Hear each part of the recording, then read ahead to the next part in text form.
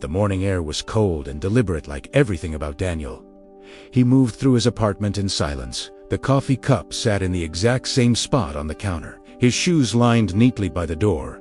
His wristwatch always 2 minutes ahead of time. Daniel was a man of precision, the kind who believed discipline could fix almost anything. At 35, he worked as an accountant in a mid-sized firm, managing numbers, forecasts, and people's financial chaos with Robota.com. His co-workers joked that he was emotionally bulletproof.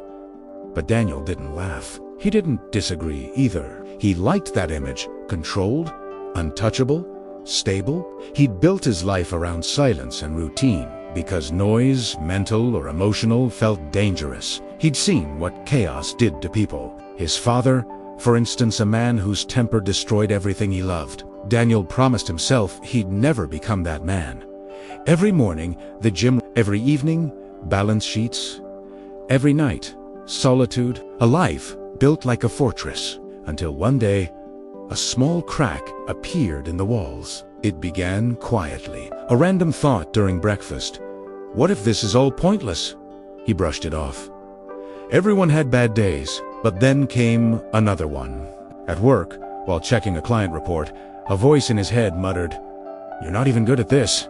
He looked around the office. No one had said a word. He blinked, shook his head, refocused, but the thought stayed echoing in the back of his skull. Later that afternoon, during a client presentation, it happened again, stronger this time. As Daniel spoke, his words began to melt. He heard it. "They can see through you. They know you're faking it." His throat tightened. The room blurred. For a brief, terrifying moment, he couldn't remember what he was saying. Daniel, his colleague Eli, whispered from across the table. Daniel forced a smile, stammered something about being tired, and wrapped up early. That night, back in his apartment, he stood in front of the mirror, the same mirror he faced every day, and whispered, "If I can't control my own thoughts, who can?" The reflection didn't answer, but the silence did. The following weeks were a slow collapse. The thoughts didn't just visit, they moved in. They whispered when he tried to sleep, sneered when he tried to work, and laughed when he tried to ignore them. Every mistake, every awkward moment, every memory replayed on loop, narrated by that same inner voice. "You're losing it. Everyone can see it. You've built your life on lies." Daniel stopped going to the gym. He skipped calls. He stared at his computer screen, doing nothing for hours. Eli noticed. "You look like hell," he said one morning, handing Daniel a coffee. "I'm fine," Daniel replied. But his tone cracked. Eli leaned closer. "Man, you're not fine. There's this seminar tonight, mindfulness stuff.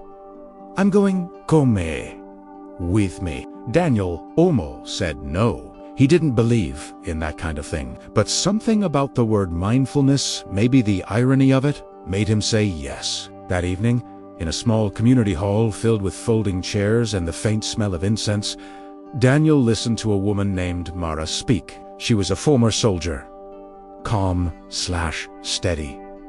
The kind of person whose presence silenced a room. She talked about what it felt like after the war, not the noise, but the silence afterward. "The worst battles," she said, "aren't fought out there. They happen right here."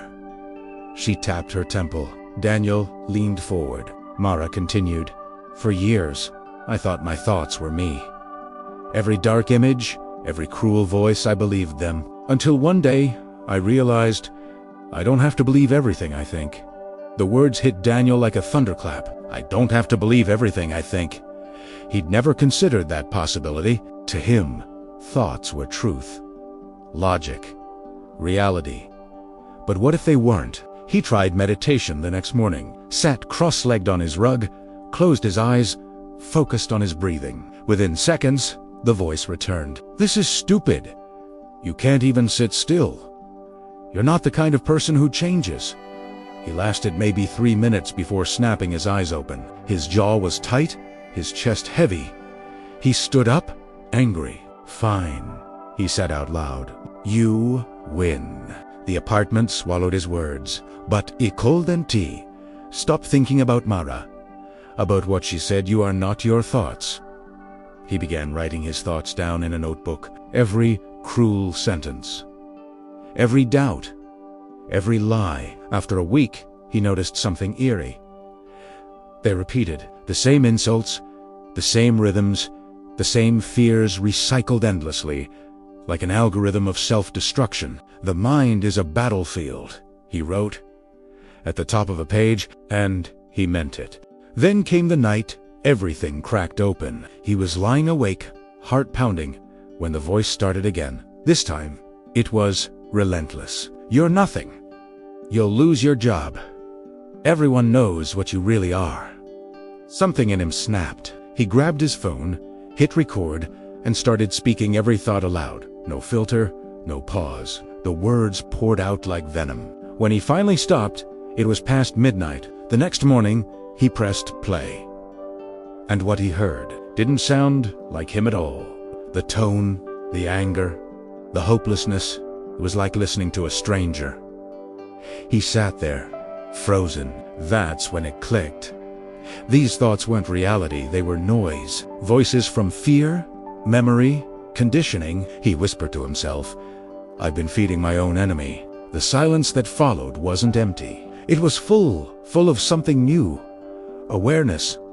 Daniel didn't change overnight, but he changed intentionally. He stopped fighting his thoughts and started observing them. Whenever that inner voice returned, he answered it the same way.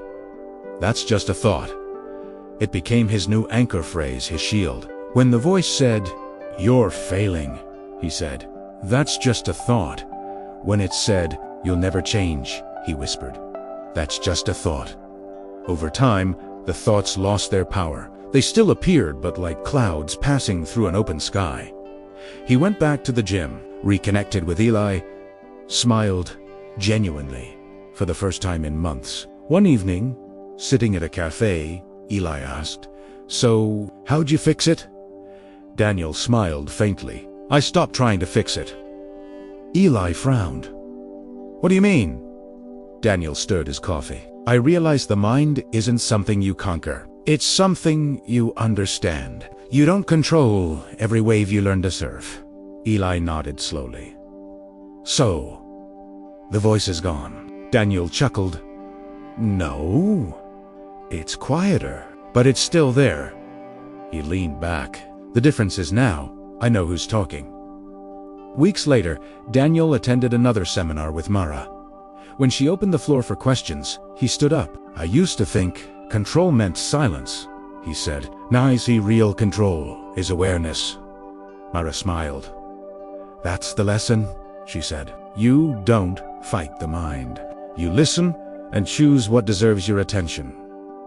He left the hall that night, feeling light, not because his thoughts were perfect, but because they no longer defined him. As he walked home, he thought back to the mirror, that same reflection from months ago. The same eyes, the same man. But this time, he didn't ask questions. Es simple sai. I see you. And for once, that was enough. In the end, Daniel didn't conquer his thoughts. He learned to see them, to separate himself from the endless chatter and choose which voice to follow. The real danger was never the thought itself. It was believing every word it said. When he stopped doing that, the war inside him ended. The truth is simple. Your mind can be your cage, or it can be your compass. And you're the one who decides which it becomes. Asterisk, asterisk. The mind isn't your enemy, it's your mirror. Asterisk, asterisk.